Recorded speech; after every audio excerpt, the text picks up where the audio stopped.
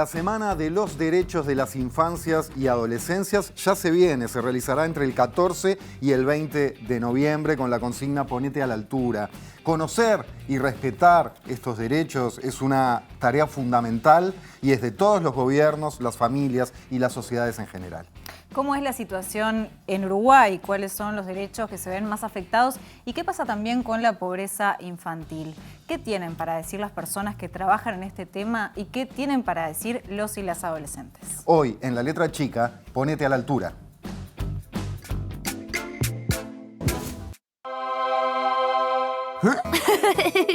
Bueno, acá dice que los niños tenemos derecho a un nivel de vida adecuado. ¿Qué es un nivel de vida adecuado? Eso es tener ropa, vivienda y alimento. Bueno, después dice que tenemos derecho a la salud, derecho a la educación, derecho a jugar. ¡Derecho a jugar! Sí, Samba, hay niños que no pueden jugar porque tienen que trabajar y no está bien que los niños trabajen. ¿Por qué? Porque los adultos y los gobiernos tienen la responsabilidad de cuidarnos para que podamos crecer felices. Sé que antes era un crimen ser homosexual. Antes era un pecado ser mujer y yo celebro que nos escandalicemos ante esas cosas. Pero hay algo ante lo que no nos escandalizamos. No nos escandalizamos con la pobreza. Vamos por la calle y vemos un tipo durmiendo a la intemperie y no nos escandaliza.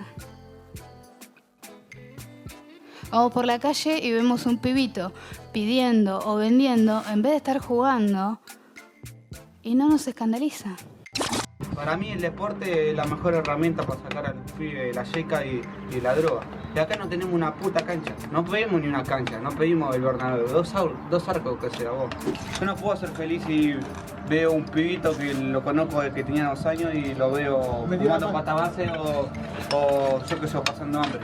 Lo que empezó como una aventura de descubrir esta fábrica abandonada con estos pibes que me muestran, también me está enseñando mucho, y es que ahora me están contando que realmente este es uno de los pocos lugares que tienen para divertirse, y ni siquiera es un lugar hecho para la recreación y la diversión. No tienen ni una cancha, ni un espacio verde, ni una placita. La infancia tiene que ser prioridad. Para cualquier país que se jacte de querer desarrollarse tiene que poner el eje en políticas de primera infancia, y es así que lo viene haciendo el gobierno. La pobreza creció en el primer semestre del año, ubicándose en 10,7%. Uno de cada 5 niños menores de 6 años son pobres. No quiero usar la palabra retroceso, pero en definitiva se está subiendo la pobreza infantil. Lo que está pasando es que los hogares, o sea, los niños de 0 a 6 no deciden salir a trabajar o no salir a trabajar. Todo lo que pasa con la pobreza infantil en esas edades, en definitiva, es lo que pasa en el hogar y lo que pasa con los jefes de hogares. Y es así que lo viene haciendo el gobierno. La situación de los niños y niñas y adolescentes en situación de calle es un fenómeno multifactorial, pero que está profundamente vinculado a las crisis económicas. Es muy sensible a las crisis económicas. La situación de calle es la punta de un iceberg, ¿verdad? Entonces, uno los puede ver como niños en situación de calle, pero en realidad también como niños sin escuela, sin familia, sin comunidad, o más que con todos esos lazos de inclusión social debilitados. No tendría que la gente tener que ir a comer, hacer fila, niño, niña, con un tupper para poder comer un cucharón de guiso. Eso está mal, eso es indignante. Eso no puede pasar en un país que produce alimentos para 30 millones de personas. ¿Y qué dejamos pa' mañana? Si agachas la cabeza y escondes la mirada, vamos a hacernos cargo. Si no vale en el mundo, que yo me bajo.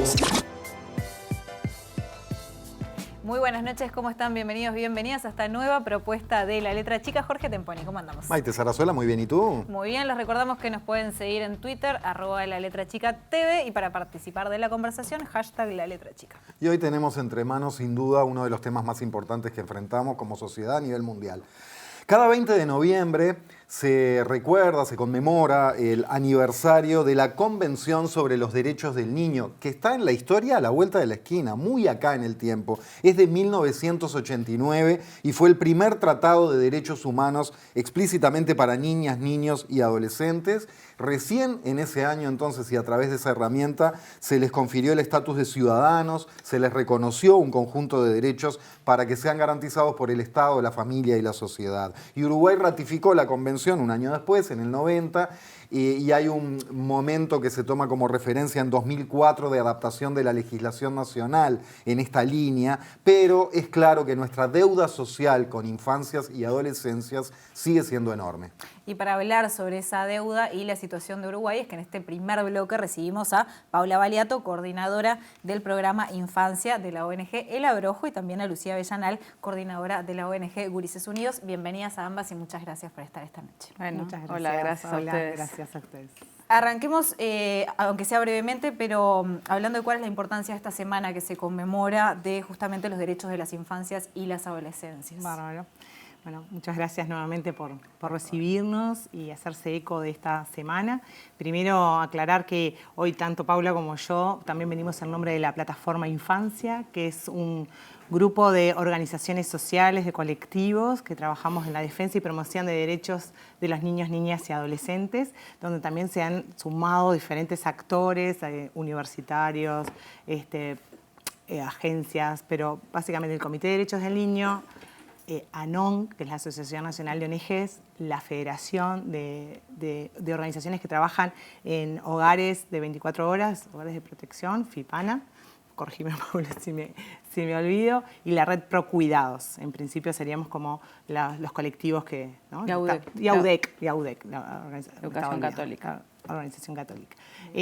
Colectivos que trabajamos desde hace muchos años en la defensa y promoción de derechos y nos juntamos a efectos de darle mayor incidencia, fuerza, articular las acciones, visibilizar las agendas de infancia. ¿Cuándo comenzaron? En el 2020, como iniciativa. ¿Y en lo que refiere a esta semana que se viene? Y en lo que refiere a esta semana, bueno, es la primera iniciativa abierta, ¿sí? Y que lo bueno es que se han sumado también y adherido otras organizaciones, INAU, acompañan ANEP, Primaria, organizaciones de diferentes instancias que bueno, trabajan y promueven la defensa de derechos también o garantizan derechos.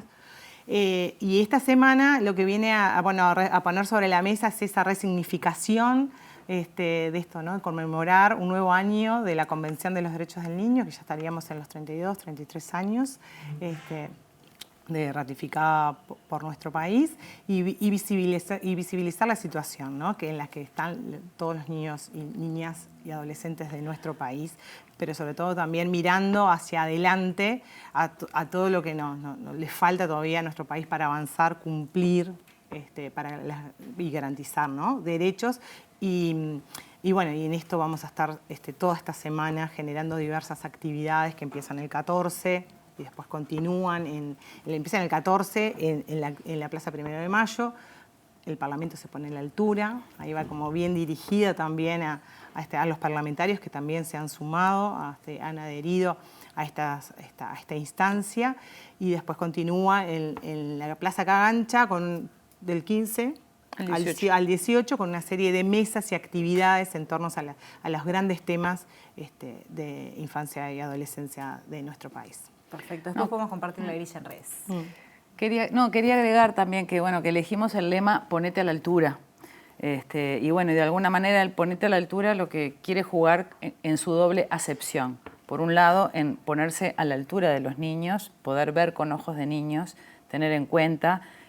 Ahora, antes de que empezara el programa, estaba ese personaje entrañable, Samba, de la televisión pública argentina, que claro, también nosotros vemos pocos. Las niñeces uruguayas están poco representadas en las pantallas, están poco en las calles, están poco en la ciudad, digamos. Quizás sabemos poco de cómo sienten, cómo ven el mundo, desde dónde ven el mundo. Entonces, el Ponete a la altura es una invitación a ponernos a esa altura, por un lado, y por otro lado en el sentido más simbólico de ponernos a la talla, si se quiere, de los desafíos que tenemos como sociedad, que como bien ustedes decían hoy, tenemos una deuda social inmensa e inaceptable también, ¿no? Dos cositas. Una, hablando de darles voz a niños, niñas y adolescentes, hoy en el bloque 3 vamos a tener a adolescentes hablando en primera persona acerca de cómo ven su realidad y qué quieren compartir con nosotros. Eso por un lado. Por el otro, bueno, hablando de visibilizar, rápidamente pongamos sobre la mesa cuáles son los principales desafíos y los principales problemas que creen que tenemos que saber todas y todos como sociedad para sacar adelante. ¿Qué preocupa hoy en Uruguay? ¿Qué es lo que más preocupa? Ahí, ustedes adelantaban y también, ¿no? En los avances del programa. Hoy, sin lugar a duda, lo que más nos preocupa es que el sector poblacional más afectados por la situación de pobreza siguen siendo los niños. Esto es como una cuestión casi estructural que se mantiene durante muchas décadas, y eso sí es inaceptable, porque todas aquellas condiciones que no estemos garantizando en el hoy de las infancias, de las adolescencias, en el desarrollo de su potencial como personas, en el acompañamiento, en el desarrollo de sus libertades y autonomía progresiva, seguramente va a afectar las etapas siguientes. Entonces ahí vamos a estar en cuestión y vamos a tener muchas dificultades como sociedad. Es una forma también de mirar este asunto, que lo que intentamos también es darle como visibilidad y también sumar esa adhesión y poder comprender que el Uruguay, para ser viable como país, tiene que comprometerse con las infancias en el presente, en el hoy, ¿no? En ese sentido, estamos hablando de que en el primer semestre de este año la pobreza de menores de 6 años alcanzó el 22,5%. ¿Por qué hay una infantilización de la pobreza, por un lado, y cómo afecta?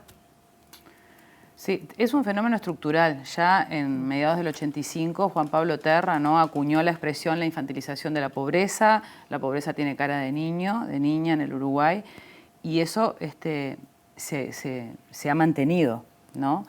Entonces es un fenómeno que es estructural, que existe una reproducción intergeneracional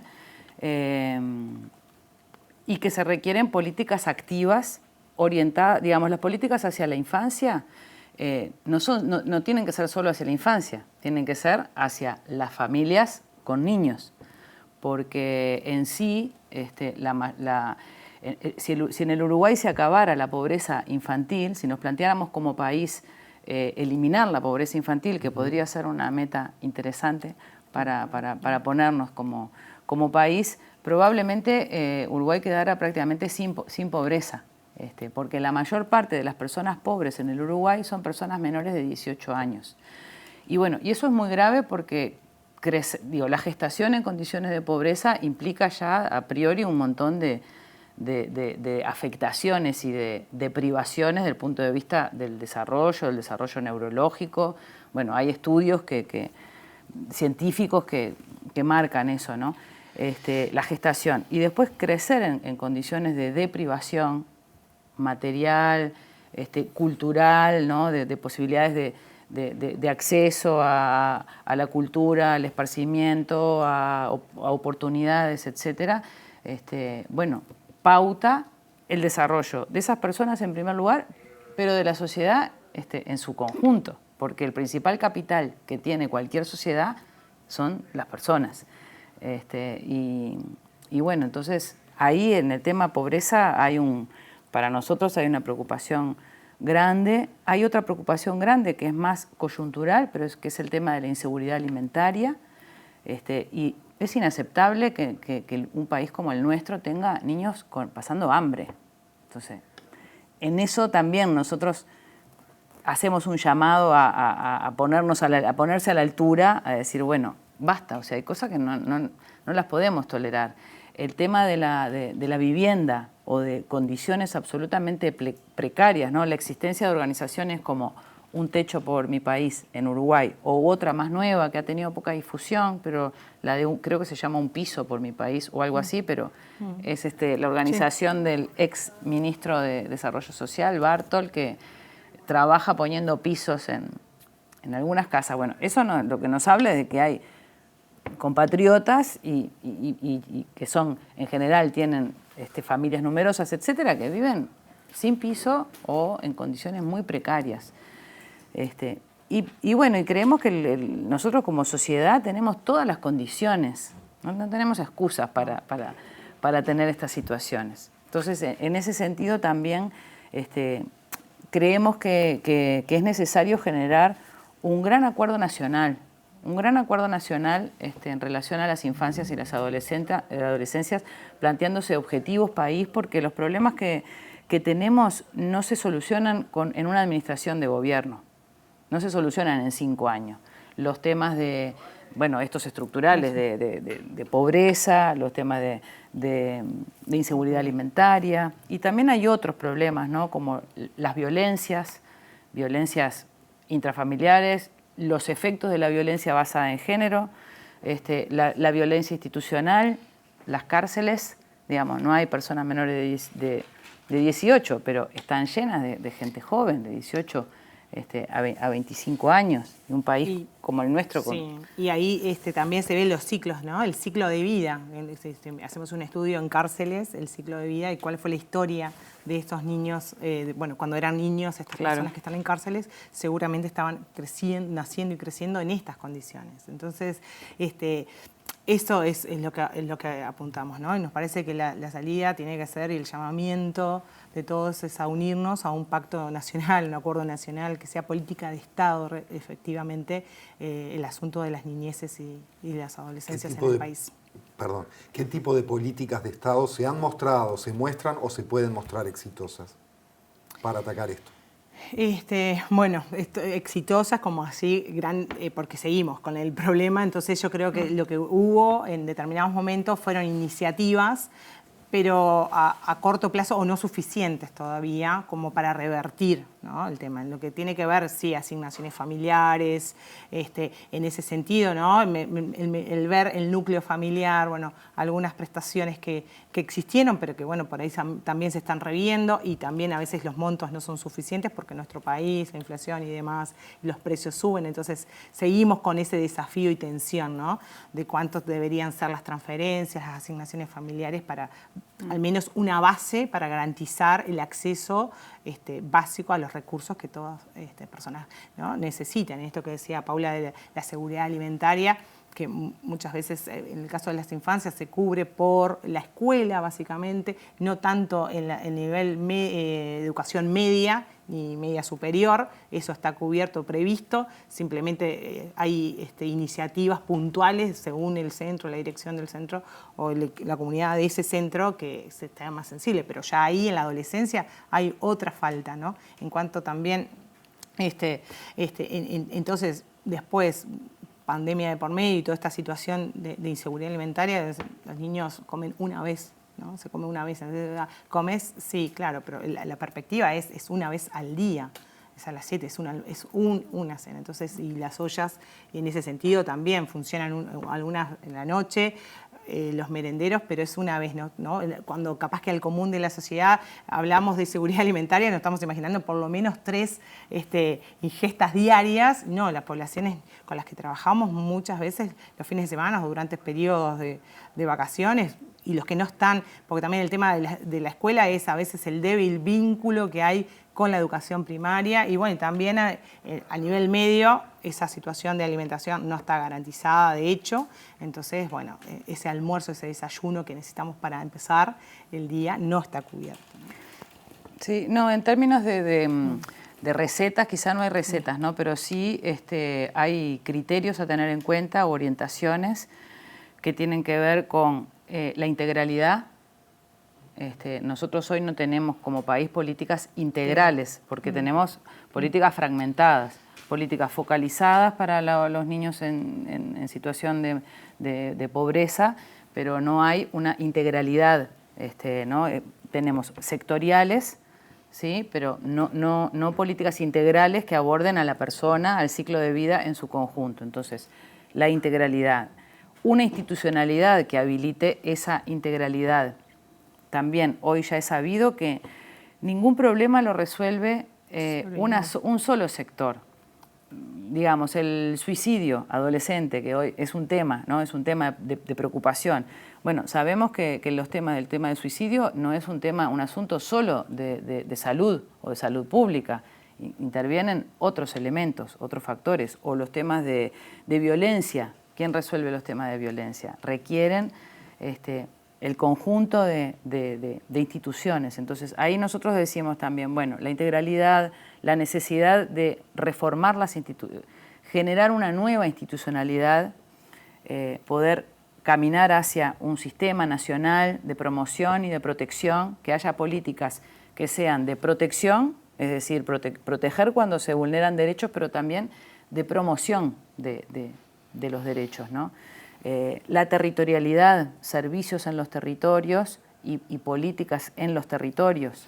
Entonces, hay criterios a tener en cuenta que también lo que requieren inicialmente es como un gran acuerdo político, ¿no? Por eso también nosotros estamos como proponiendo o llamando, bueno, es necesario que los partidos políticos también, que en general los temas de infancia no están en el primer lugar de sus agendas de prioridades, realmente se puedan sentar en una mesa junto con la academia, junto con las organizaciones, con la comunidad en general, a mirar el país, bueno, de aquí a 30 años. Porque si no miramos la infancia... ¿Han tenido algún diálogo ya puntualmente? Bueno, se han tenido distintos diálogos, sí. Como para ir caminando hacia ahí, o cuáles han Pero, sido las pero respuestas? cuesta, ¿no? Cuesta salir de las estructuras. Yo creo que se han hecho intentos de pensar planes estratégicos, operativos en algunas instancias o periodos anteriores, pero después es difícil darle continuidad o después evaluar cómo han funcionado, porque cada sectorial generalmente tiene sus metas y se plantea desde su lugar, educación, vivienda, trabajo, salud, y no esta integralidad a la que estamos llamando nosotros y no solo nosotros, sino el mundo, los países más desarrollados están caminando hacia esos modelos, ¿no? Claro. Donde ponen a la persona en el centro y no es el niño de INAU y el niño, no, es la niñez que pertenece, y tiene necesidades de salud, de alimentación, de vivienda, ¿no? De garantizar el trabajo, el acceso al trabajo digno de sus padres, al desarrollo cultural, deportivo y comunitario. No es un lujo, sino una necesidad. Pero para eso hay que, ¿no?, mirar las agendas y las sectoriales de forma conjunta, junto con otras oficinas que administran los recursos, ¿no?, que también son necesarios a esta hora. Pero por eso también caminamos hacia la sensibilización, a la formación en estos temas, porque a veces hay un poco de prejuicio con el tema de los derechos, es más una estructura y una resistencia de los adultos, ¿no?, más que lo que expresa la letra está clara.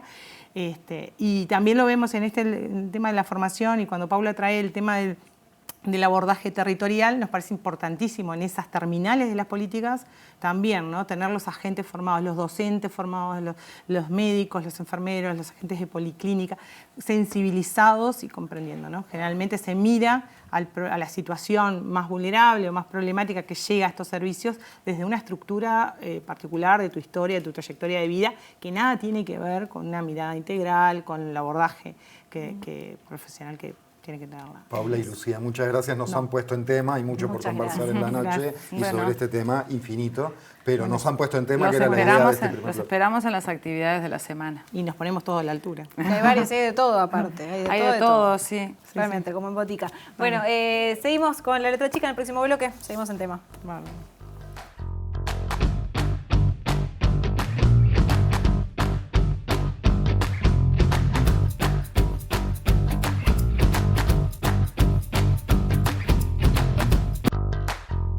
33 minutos pasan de las 9 y continuamos con la letra chica. En este bloque recibimos a Carmen Rodríguez, psicóloga especializada en niñez y adolescencia y además doctora en educación, y también a Sandra Leopold, doctora en ciencias sociales y docente del Departamento de Trabajo Social de la Facultad de Ciencias Sociales de la Universidad de la República. Respiro ahora. Buenas noches. Buenas noches. Gracias por estar ambas. No, gracias por la invitación. Bien, ustedes estaban mirando el primer bloque, repasamos algunos de los puntos principales en lo que refiere a cuáles son las necesidades, las problemáticas y las políticas que se implementan. ¿Qué destacarían ustedes?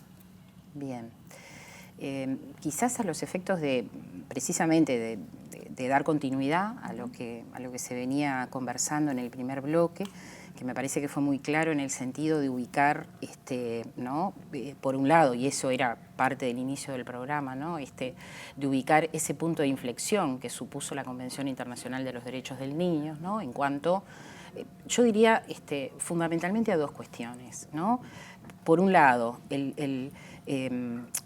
la ubicación en términos de corresponsabilidad social en relación al Estado, la familia y la comunidad para resolver los derechos de niños, niñas y adolescentes, ¿no? Y por otro lado, el reconocimiento de que niñas, niños y adolescentes son sujetos de derecho y son sujetos con voz, ¿no? Esa expresión, ¿no? que ha tenido que ver con la noción de que son sujetos con razón, con palabra, con capacidad protagónica, digamos, para operar en la vida social, ¿no? Estos dos elementos que han sido centrales, en todo caso han entrado en clara tensión, digamos, con el proceso postconvención hasta la actualidad, ¿no? ¿En qué sentido? En el sentido fundamentalmente, ¿no?, de que el discurso sobre los derechos de los niños y de las niñas y de los adolescentes ha convivido con ese proceso que Paula señalaba muy bien en relación a la instalación de la pobreza en los de menor edad en el país, ¿no? Es decir, cuanto menos edad se tiene, más posibilidades de ser pobre se tienen en el Uruguay, ¿no? Entonces, y eso, que en términos hasta semánticos derivó en esa expresión que seguramente todos hemos escuchado, de infantilización de la pobreza, ¿no?, ha sido una de las constantes, ¿no?, en estos más de 30 años que nos separan desde la sanción de la Convención. Y ha sido, podríamos decir, con variantes en algunos momentos, ¿no? En algunos momentos esa pobreza ha disminuido, en algunos momentos ha llegado a niveles, podríamos decir, extraordinarios, ¿no? Estoy pensando particularmente, hablábamos hoy con Carmen sobre eso, pero en las cifras del 2002, por ejemplo, de la crisis del 2002, donde la pobreza infantil superó a más del 50% de los niños, ¿no? Es decir, situaciones absolutamente críticas del Uruguay, ¿no?, que además no son datos puntuales, ¿no?, sino que tienen, ¿no?, una capacidad acumulativa en las trayectorias vitales, en las biografías de niños, niñas y adolescentes y en los procesos de reproducción social. Pero además, ¿no?, para complejizar aún más esta situación, nosotros hemos asistido también en este largo periplo de estos más de 30 años, ¿no?, a un creciente énfasis punitivo en relación a los niños, niñas y adolescentes. Es decir, no solo tenemos esta particular virtud social de colocarlos en las peores condiciones de existencia, sino que además disponemos para ellos las peores sanciones, ¿no? Y eso es un proceso que, si lo miramos particularmente en relación a la penalidad juvenil, ha tenido una expresión, ¿no?, muy marcada en la vida social de nuestro país, ¿no? Uno podría pensar que si el 2004 supuso un punto de inflexión en el cual el Uruguay decidió acompañar la legislación y las orientaciones emanadas de la Convención Internacional de los Derechos del Niño, con posterioridad al 2004 y sobre todo a partir del 2010 se inició un proceso crecientemente punitivo. Cuando digo punitivo es priorización de la privación de libertad, mayor tiempo de privación de libertad para los adolescentes, menos posibilidades de medidas no privativas de libertad, hasta llegar, digamos, al momento, si se quiere, más notorio último de legislación, que tiene que ver con la Ley de Urgente Consideración y, bueno, y una serie de medidas que, entre otras cuestiones, lleva la posibilidad de los 10 años de privación de libertad para adolescentes. Que en eso, Sandra, hay algo que hoy, por ejemplo, leí y me pareció sumamente loco, que, por ejemplo, un gurí o una gurisa de 13 años es penalmente imputable, o sea, se entiende que esa persona entiende lo que está haciendo, pero que, por ejemplo, ante la justicia, si, por ejemplo, padre y madre se divorcian, no tiene autonomía para decidir ante la justicia con quién quedarse. O sea, puede ser que hay una doble vara para decir, para esto sos responsable, pero para esto no voy a tomar en cuenta tu criterio. No te escucho, no me interesa. Y bueno, claramente, si hablamos en términos de responsabilidades, un término complejo, pero bueno, si hablamos en términos de adjudicación de responsabilidades, ha sido claramente mucho más severo, ¿no? Las medidas punitivas que se toman con los adolescentes, que en algunos casos, y quiero subrayar esto, ¿no? Pero que en algunos casos tienen mayor severidad que en el mundo adulto, cuando de conflicto penal se trata, digamos, ¿no? Y que no reconocen los mismos términos, y ahí aparece otra línea de preocupación que tiene que ver con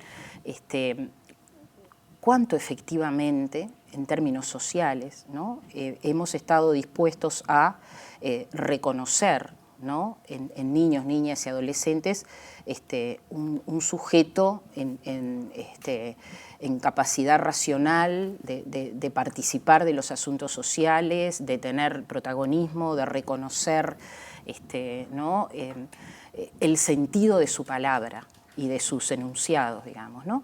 Es algo que nos preguntábamos también, ¿no? En esta coyuntura hoy que tenemos, por ejemplo, de fuerte tensión en el sistema educativo en nuestro país, por ejemplo, ¿no? En medio de una coyuntura donde parece que predomina más el ruido, el grito, que la posibilidad de la conversación, ¿no? Una de las cuestiones que nos preguntamos es, bueno, ¿qué espacio tiene allí, ¿no? La voz de niños, niñas y adolescentes, ¿no? Cuando el país discute un proceso de modificaciones en un sistema educativo que los involucra fundamentalmente. Carmen, ¿cómo nos harías un breve pantallazo del tema salud mental? Bueno, seguiría un poquito en la línea que viene planteando Sandra y que se viene planteando del bloque anterior, en el sentido de que yo lo primero que querría decir, hablando de salud mental en niños y adolescentes, es que esta cronicidad de los fenómenos de pobreza y de pobreza estructural, esta persistencia de que sean los niños y los adolescentes los ciudadanos más pobres de la sociedad y que eso tenga décadas de acumulación, eso no tiene efecto solamente en las condiciones materiales de vida. Eso tiene un efecto muy impresionante en el bienestar, en la salud mental, en el poder vivir bien, en el poder estar bien. Es decir, las injusticias sociales caen sobre la infancia produciendo un estrago en su mundo subjetivo, en su daño psíquico. No hay pobreza estructural duradera sin efectos psíquicos muy impresionantes en niños, niñas y adolescentes, y esto todas las escuelas, todos los centros que trabajan con infancia, detrás de la línea de la pobreza, como dicen Verónica Filardo y Denise Merkel, unos investigadores uruguayos que produjeron un libro titulado así, Detrás de la línea de la pobreza, todas aquellas personas e instituciones que trabajan detrás de la línea de la pobreza conocen una forma muy particular de sufrimiento infantil que no son los trastornos clásicos o los trastornos, lo que llamamos los trastornos de la salud mental, sino un daño psíquico, traumático, persistente y duradero causado por el ambiente, causado por las penurias de la vida, porque las penurias de la vida, cuando hablamos de pobreza, no es solamente que te falta un plato de comida, eso ya, por supuesto que eso también lo incluye, pero cuando hablamos de la vida de niños, niñas y adolescentes detrás de la línea de la pobreza, tenemos que hablar también de un conjunto de articulaciones, de fuerzas sociales que existen en la sociedad y que encuentran entre los niños, niñas y adolescentes sus principales víctimas. Porque el bajo precio de la necesidad lleva a que muchos niños, niñas y adolescentes estén involucrados con el narcotráfico, con la explotación sexual, con las formas más severas de violencia. Entonces, la vida de los niños detrás de la línea de la pobreza no es solamente una cuestión de acceso a bienes materiales o no, es estar criándose y estar creciendo en entornos profundamente violentos y articulando esa vida infantil con otros intereses de ciudadanos que van a buscar en los cuerpos de las niñas de la pobreza sus principales víctimas y que van a encontrar en la vida de los varones detrás de la línea de la pobreza una mano de obra para llevar adelante prácticas de la ilegalidad. Eso compone también la vida de los niños y las niñas y adolescentes que nacen y crecen ahí. Entonces, cuando hablamos de salud mental de niños, niñas y adolescentes, tenemos que ser muy contundentes. La principal fuente del daño psíquico y de la infelicidad de los niños proviene de que no hemos podido solucionar por décadas la pobreza estructural. Ahí encontramos una fuente parece inagotable de daño a la infancia. Entonces, esa es la primera cuestión. Ahora, la segunda cuestión que tiene que ver con la salud mental de niños, niñas y adolescentes es que nosotros estamos atravesando una profunda crisis paradigmática, porque hasta hace relativamente poco, hablar de salud mental aludía a una representación de la enfermedad mental. Después de la pandemia, Uruguay y todo el mundo estamos empujados a reconceptualizar de qué hablamos cuando hablamos de salud mental. Y cuando hablamos de salud mental, nosotros no tendríamos un estudio del que voy a mencionar ahora, voy a referir a un estudio de Francia, que muestra este aspecto de esta manera. Dice, bueno, en Francia hay 6,5 millones de adolescentes. Me voy a enfocar en los adolescentes. Estos 6,5 millones de adolescentes, como sabemos, transitan por la adolescencia, bueno, con algún momento difícil. Nadie transita por todo el ciclo de la infancia, la niñez y la adolescencia sin topársela con algún malestar leve, pasajero, que preocupa un poco, pero que rápidamente se puede acomodar. ¿Quién no tiene un niño que no duerme bien, alguien que no come tan bien, alguien que está con un poquito de miedo, alguien que no le va tan bien en la escuela? 6,5 millones, algunos autores dicen todo niño tiene derecho a un síntoma. Pero 1 millón de esos 6,5 millones pasa por algo más de afectación psíquica que no configura un trastorno, pero que preocupa más.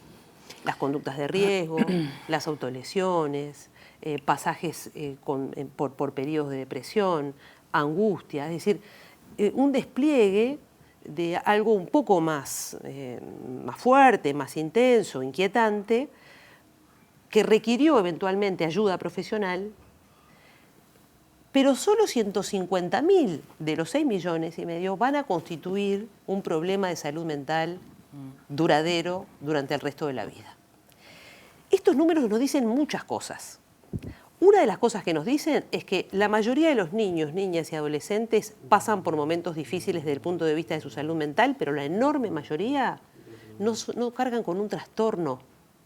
La vida es dura y en la infancia y la adolescencia la inmadurez y la fragilidad propia de la edad hace que todos los niños y adolescentes la pasen mal en algún momento.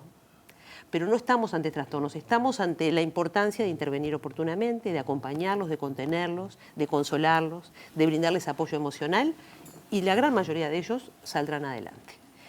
El problema que tenemos en nuestro país es que estamos muy atrás de contar con un sistema de salud y con un conjunto de intervenciones dirigidas a la salud mental que no sean del sistema de salud, la educación, la cultura, el arte, es decir, todos aquellos protectores y promotores de salud mental, que estamos en un profundo déficit de conceptualización y de implementación de servicios.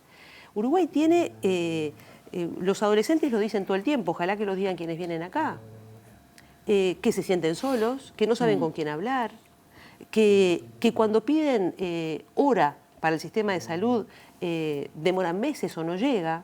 Es decir, tenemos un sistema de salud profundamente deficitario. Yo le diría, mira, en la pandemia, si teníamos algunos recursos, como por ejemplo el Plan Ceibal, que encontró al país con unos recursos geniales para sostener mucho de las trayectorias educativas, bueno, en las antípodas estamos en salud mental.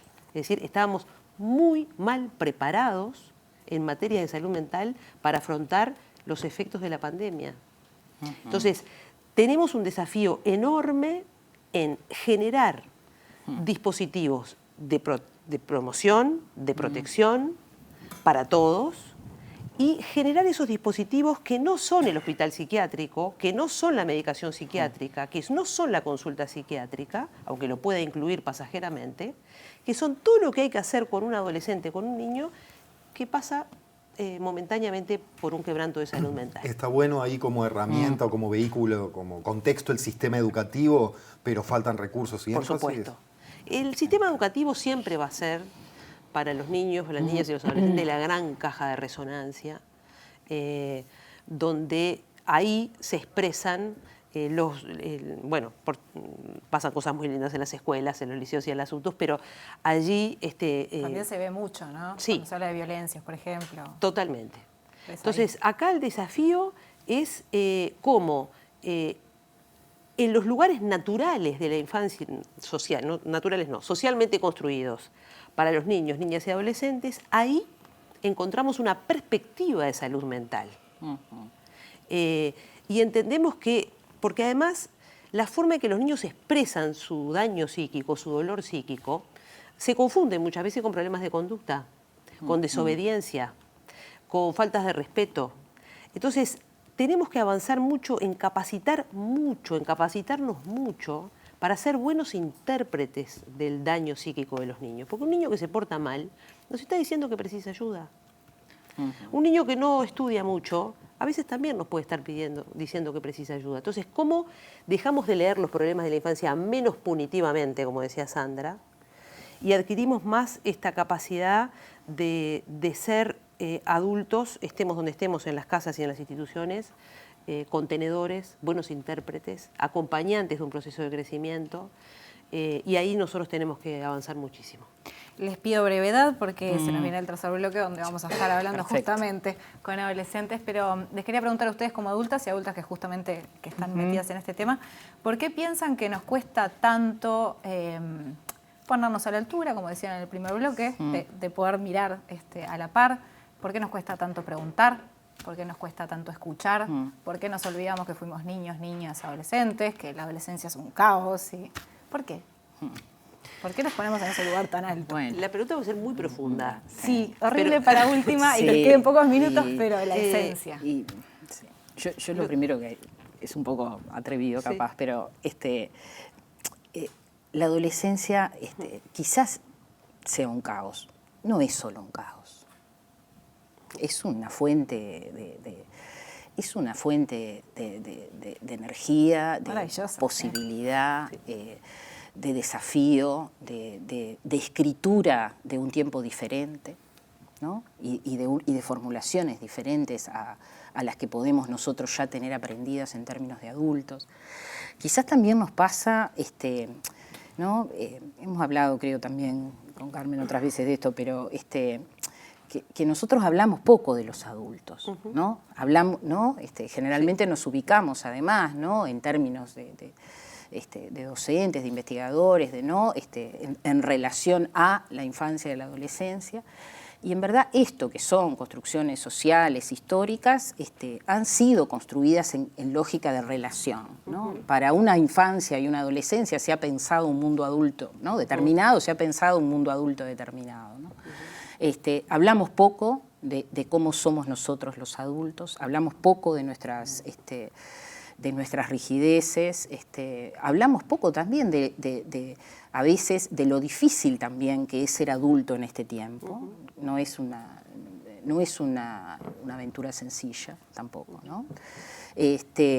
Pero algo además que me quedé pensando a partir también de lo que Carmen exponía y que me parece que es una cuestión a considerar, y es que en cuestión de infancia y adolescencia, y es una expresión que nos ha acompañado muchas veces, ¿no? No alcanza con salvar el cuerpo. En la vida social no alcanza con salvar el cuerpo, ¿no? Es decir, por eso tampoco es solo suficiente el plato de comida, es imprescindible el plato de comida, pero no es suficiente. Y eso abre también a otras discusiones acerca de cómo aseguramos, de alguna manera, y no en igualdad de oportunidades, sino en igualdad de condiciones de partida, ¿no? Las posibilidades de que todos y todas y cada uno de nosotros podamos ser sujetos de pleno derecho en la vida social. Carmen, en un párrafo. Creo que tenemos el desafío de ser adultos nuevos. Tenemos un enorme sedimento histórico que nos hizo ver a los niños como gente sin voz y derecho, gente que estaba ahí para ser mandada por los adultos, y nosotros estamos ante el desafío de ser otros adultos. Ese es un desafío civilizatorio enorme. Además, yo creo que los adultos no tenemos solo una vertiente amorosa hacia los niños. Sinceramente creo que los niños les suscitan amor a los adultos, pero también los inquietan, los desacomodan, los desestabilizan, les recuerdan que son viejos. les recuerdan que tienen que dejar el lugar. Es decir, hay también en las relaciones intergeneracionales unas ambigüedades, unas ambivalencias que solo los adultos que son capaces de elaborarla y de admitirla y de comprenderla en sí pueden dejarla de lado para tener una relación generosa con los nuevos. Carmen, Sandra, muchísimas gracias. No, a ustedes. Se vienen los y las adolescentes a cerrar este programa, Sarasola. Y se viene un cierre único en el año. Con debo decir, música. para nosotros. Ya venimos.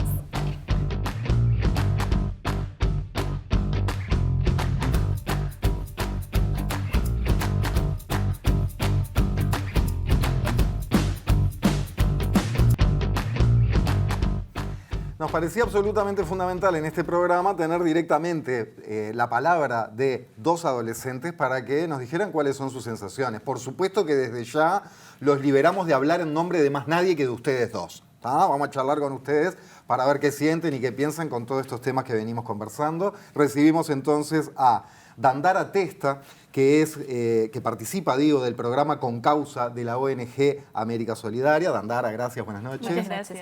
Y a Ezequiel Rodríguez, que está vinculado al Centro Juvenil Mandá la Voz de El Abrojo. Ezequiel, gracias, Muchas buenas gracias. noches. Bueno, para empezar, por donde quieran, sobre estos temas de derechos de adolescentes, de vivir la adolescencia hoy, ¿qué quisieran decir?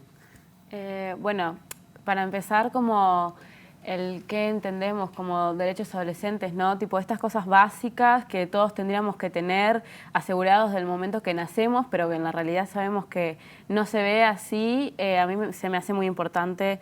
Bueno, entre estas cosas básicas está el derecho a la vivienda, a compartir un buen espacio con la familia, ¿no? O estar en un buen ambiente, y el derecho a la salud. Y a mí me gustaría como que especificar más en el derecho a la salud mental, que es algo que todo niño, niña y adolescente tendría que tener asegurado, pero esto no pasa. Sabemos que el derecho a la salud mental, que aunque en Uruguay se ha avanzado mucho en este tema, es algo que se tiene que seguir enfocando mucho y se tiene que seguir luchando por esto de una forma bastante contundente, ¿no? Ezequiel. Y los derechos de los niños, niñas y adolescentes serían las necesidades básicas que tenemos cada uno como tales. Crecer en un ambiente sano que permita el máximo desarrollo de cada individuo con una familia, con estudios que le permitan aprender, que le den oportunidades para avanzar y no estancarse por la falta de los recursos. Dandara, hablabas de la cuestión de la salud mental. ¿Cómo te parece que influyó la pandemia también en eso? Porque ustedes estaban mencionando, tienen 17 años, tendrían por ahí 15, se mencionó temas de mucha soledad, ¿no? De quedarse en la casa, no poder estar con amigos, con amigas. ¿Cómo lo vivieron? Bueno, en el círculo mío de amistades, ¿no? Y después hablando con otros adolescentes, con otros pares, como que surgió esto de que se dio como dos extremos de gente que no podía seguir con sus estudios por el tema del estrés, el cansancio que ocasionaba estar tantas horas sentado frente a una pantalla, el adquirir nuevos conocimientos, ¿no? Que esto es difícil al no tener al profesor cerca, al no poder compartir ideas justo con pares. Y bueno, también se dio el caso de que dificultó mucho en lo que vendría a ser el proceso de socialización de nosotros, de los adolescentes. Porque queramos o no, justo, bueno, a mí y a mi generación, por decir, nos tocó en la edad de que teníamos 15 años, una edad sumamente importante, en la que, bueno, empezamos a socializar más, empezamos a salir, que los 15, que como todo ese momento de salida y todo eso, como se vio interrumpido. Claro, todo eso se vio interrumpido y fue... nada, eso que dificultó mucho el cómo después nos empezamos a relacionar con los otros y cómo después nos empezamos a formar como individuos. No sé, Ezequiel, si te gustaría sumar algo más. Sí, que base en mi experiencia personal, habían unos puntos buenos, por ejemplo, para la gente que vivía muy lejos y no podía descansar tanto o tener tanto tiempo para sí mismo, que podía hacer con los estudios en casa, podía tener un poco más de tiempo para hacerlo, no estaba tan apurado. Pero por otra parte también, por ejemplo, lo que me pasaba a mí era esto, de que los profesores no estaban para para explicarte, que costaba un poco entender las cosas, porque uno entiende las ideas, las expresa mejor, de frente, de forma presencial. Claro, cuando hay un intercambio. También estaba el problema del internet. No todos tenían acceso al internet, se cortaban las clases, no les agarraba el código del Zoom, o el CREA andaba mal, o lo hackeaban. Y habían como muchos problemas que no dejaban que se estudie mucho. Pero lo que se podía hacer, lo hacíamos y nos esforzábamos en las clases y demás. Y preguntábamos en el bloque anterior para el cierre, como haciendo una autocrítica, ¿no? Los adultos. ¿Cómo sienten ustedes a los adultos? ¿Sienten que los adultos les preguntan, les respetan, realmente escuchan? ¿Cómo lo ven y lo sienten? Bueno, siento que pasa mucho con el tema de los niños, niñas y adolescentes, que los problemas que tenemos o nuestras preocupaciones no se toman en serio. Como que realmente no se dan espacios para que nos podamos expresar, o si se dan estos espacios quedan en eso, en un comentario, y realmente no se toman cartas sobre lo que reclamamos, y se toma como, bueno, son adolescentes, niños, niñas, nada, ¿qué pueden hacer esos? Pero realmente como que lo que se me haría muy importante es que tomen en cuenta que los problemas que tenemos y muchas veces las cosas por las que queremos hablar son sumamente importantes, y me gustaría eso, que se tiene conciencia de que se nos tome más en cuenta y que se nos escuche, y que realmente se generen acciones por las cosas que pedimos.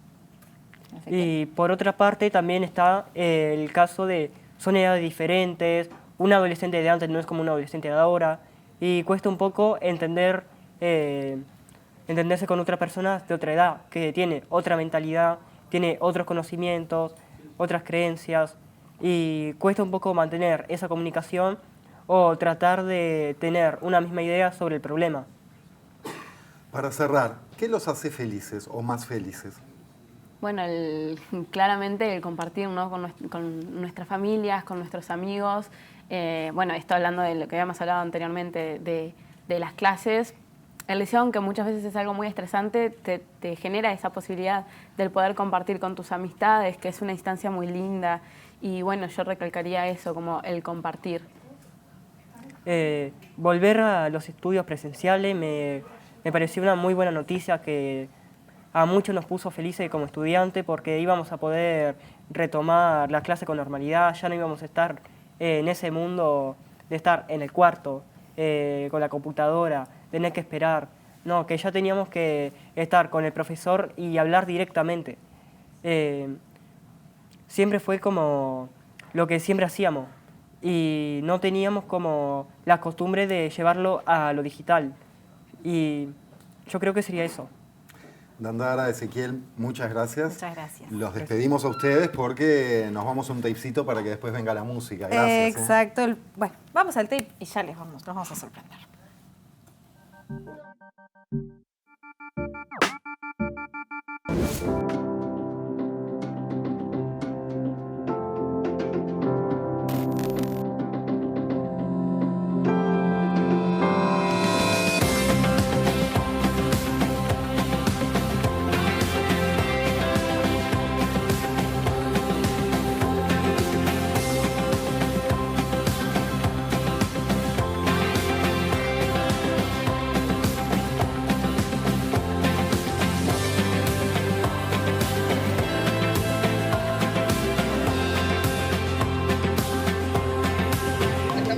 Protagonistas de nuestras propias historias, estamos haciendo valer nuestros derechos.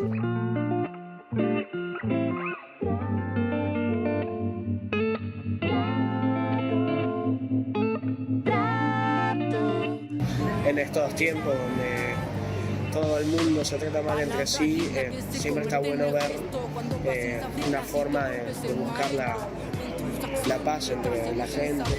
Por eso hacemos canciones para normalizar esto. Con persistencia para frenar la violencia, trato de dependencia que nos genera molestia. Hay que parar de tratarnos con el rencor y empezar a trabajar para crear un mundo mejor.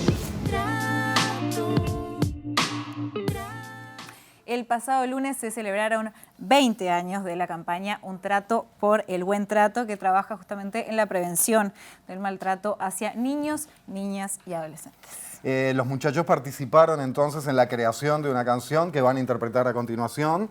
Primero, darles las buenas noches y muchas gracias por estar. Muchísimas gracias. Gracias. Le voy a pedir si nos dicen brevemente cada uno nombre y apellido para presentarse. Son 5, son muchos. Voy al estilo Cacho Bochinche, yo que me crié en los 80, disculpen. Nathaniel Rodríguez, mi nombre. Brian Milán. Lucas Pina. Victoria Muñoz. Guillermo Martínez. Bien. ¿Algo que quieran decir antes de pasar a la canción para cerrar el programa? Bueno, quisiera mandar un saludo a todos, a todos por ustedes también, por estar acá, a mi novia que está sentada por allá, a mi madre que siempre está ahí, que siempre me apoya, y nada, un saludo a todos mis seguidores también. Saludos. ¿Quién más? Quisiera mandarle un saludo a mi madre, a mi novia y a todos los que nos están viendo y esta noche van a escuchar la canción. ¿Alguien más? ¿O música? ¿Cómo se llama la canción? Un trato por un buen trato. Gracias. Vamos arriba. Con esto nos vamos hasta el lunes. Encantado, nos vamos con estos hasta el lunes. Gracias a ustedes, arriba.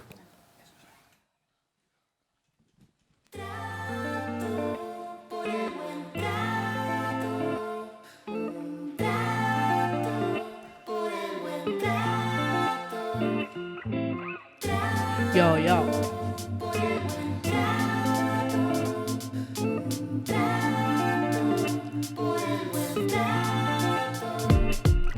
Palabras lindas que se convierten en gesto. Cuando paciencia brindas y te vuelves el maestro. Con tus acciones te hacemos en ese arresto. Por eso hacemos canciones para normalizar esto. Con persistencia para frenar la violencia. Trato de dependencia que no genera molestia. Hay que parar de tratarnos con el rencor y empezar a trabajar para crear un mundo mejor. Dejar de insultar y regalar la paz y amor. Sin importar el dinero, el abrazo da más valor. No nos olvidemos de cuidar el compañero, porque el lazo de amistad en esta vida es lo primero. Por una comunidad que sea solidaria, que se disponga a hablar con las palabras necesarias. Hay que estudiar, desestresar, dar contención y ni que hablar qué equipo hay para cambiar la situación. Cuida los vínculos, no le entregues engaño. El presente, el futuro, ser responsable al daño. Camina por el barrio, siempre dando color. Y que los días de calendario no traigan dolor. Cuida los vínculos, no le entregues engaño. El presente, el futuro, ser responsable al daño. Camina por el barrio, siempre dando color. Y que los días del calendario no traigan dolor. Crear es cuidar en un trato para el buen trato.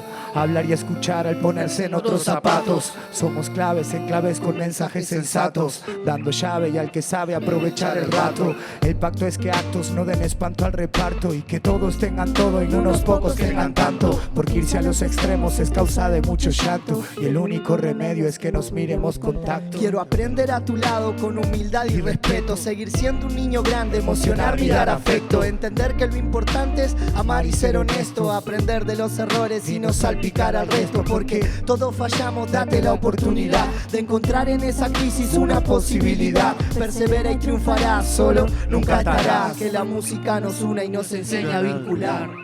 Cuida los vínculos, no le entregues engaño. El presente, el futuro, ser responsable al daño. Camina por el barrio, siempre dando color. Y que los días del calendario no traigan dolor. Cuida los vínculos, no le entregues engaño. El presente, el futuro, ser responsable al daño. Camina por el barrio, siempre dando color. Y que los días del calendario no traigan dolor.